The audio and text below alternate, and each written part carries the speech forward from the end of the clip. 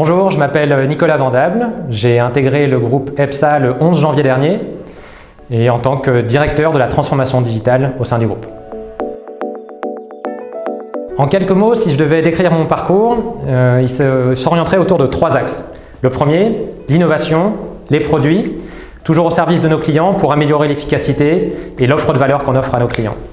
Le deuxième, l'international, depuis mon premier poste de consultant à Kansas City jusqu'à mon dernier poste au sein de Carlson Wagonlit CWT. Et enfin, le management d'équipe, le management de business unit, lorsque j'étais dans l'activité conseil.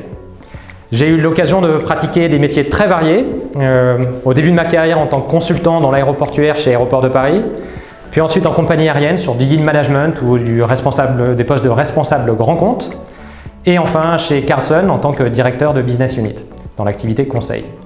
C'est mon dernier poste en tant que responsable des produits, de l'innovation et du marketing qui m'a amené chez EPSA.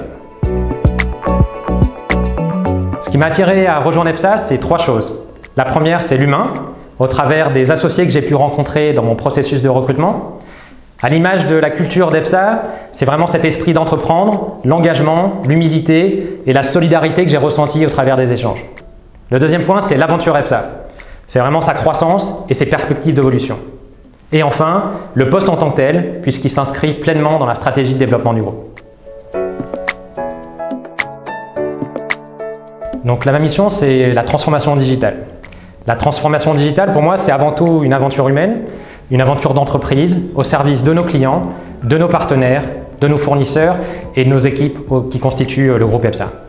Pourquoi une aventure?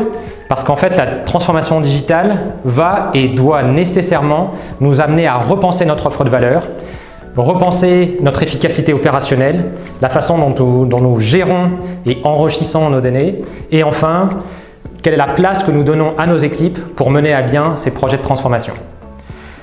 Pour synthétiser, ma feuille de route, elle s'articule autour de 3 axes. Le premier, fédérer les équipes et l'entreprise autour d'une ambition, d'une vision commune.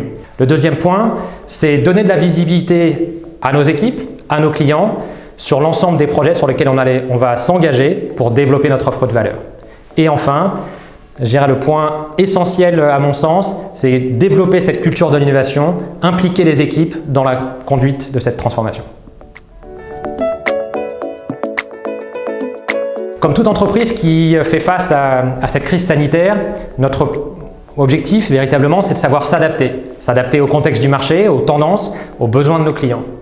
Dans mon rôle en tant que responsable de cette transformation digitale, eh bien, ça va être de pouvoir articuler à la fois des projets de court terme qui vont donner un résultat tangible pour l'entreprise, mais aussi d'assurer qu'on va pouvoir investir sur du long terme pour renforcer notre différenciation sur le marché et renforcer notre place de leader. EPSA, donc ça fait 3 semaines que je suis là. Je l'aperçois au travers des gens avec qui j'ai interagi. C'est une entreprise dynamique, des personnes qui sont engagées. C'est de la diversité, des individus et des métiers.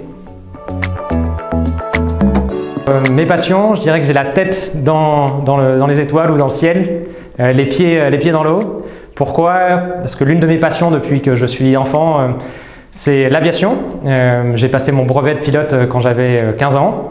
Mon rêve, ça serait prochainement de pouvoir emmener mes enfants et ma femme en un petit tour d'avion dès qu'elles seront suffisamment grandes pour ne pas avoir peur en avion avec moi. Et le deuxième, c'est une passion qu'on a découvert, je dirais avec ma femme, de la planche à voile. Et donc c'est vraiment le ciel et la mer qui m'animent, alors en tout cas quand je pars en vacances.